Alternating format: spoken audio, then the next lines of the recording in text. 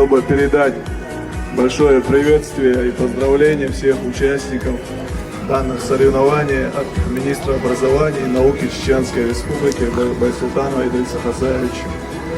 Идрис Хасаевич всем пожелал лучших спортивных достижений и самое главное, чтобы дети получили от этого мероприятия воспитательное направление. Далее, кто больше,